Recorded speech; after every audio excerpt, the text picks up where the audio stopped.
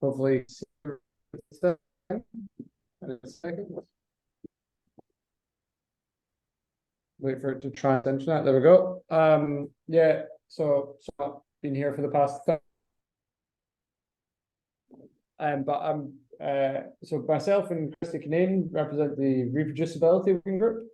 The kind of goal of this work is to help us make more reproducible measurements and analysis within the reflectometry community. I'm not going to lie, we've worked hard over the past year, but there's more that can be done. And so I'm going to kind of briefly present kind of one objective that we've achieved, and then some of the goals we've got moving forward. So last year at this AGM, there was actually a kind of roundtable discussion about putting together a publication that gave advice on how to describe Bayesian analyses that are being performed in X-ray and neutron reflectometry measurements. As we saw in the talks earlier, as Vladimir said, indeed, is that Bayesian methods are becoming more and more popular. But as they're more and more popular, there's the risk that more and more people are using them, and maybe using them in a way that leads to irreproducible results. So last year we had a roundtable, and we discussed how we can address this, how we can just define our Bayesian analysis, how we can share it, how we can communicate. And then over the next couple of months, I gradually took that discussion and honed it out down to this publication that was really nicely accepted at the start of the year into Journal of Applied Crystallography. And I'm really pleased. This is the first kind of paper that's come out of ORSO, and you can actually see we managed to get the kind of footnote for the title says the work was developed as part of Open Reflectometry Science Organization Work Up 2020. So it's really kind of showing it's kind of giving evidence of the ORSO collaboration.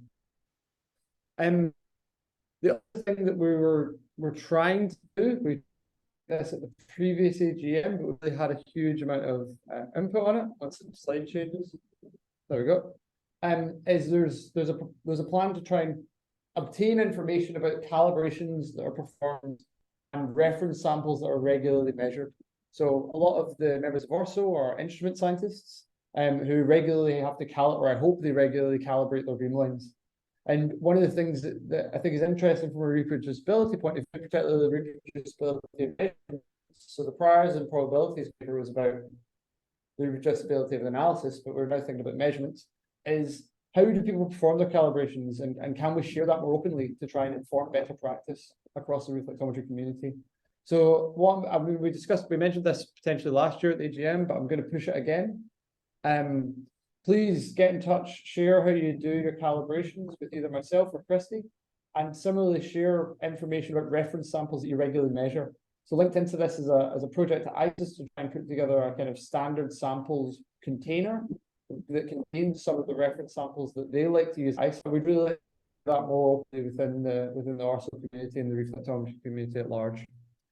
And the thing I'm going to say, again, once the slide reloads, is so I've talked about two things that are points of interest for myself and Christy as the chairs of the working group, but we're really looking for community engagement.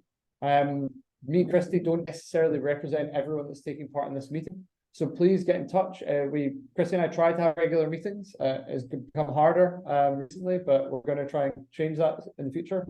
And if you want to get involved in these meetings, please let us know, and we can arrange the meetings around everyone so we can have good engagement with the community, because ORSO only works if we're all involved. There's no point in me and Christy and Tom and Max defining exactly what happens. It's about community engagement more than anything. So that's all I actually prepared. So hopefully that's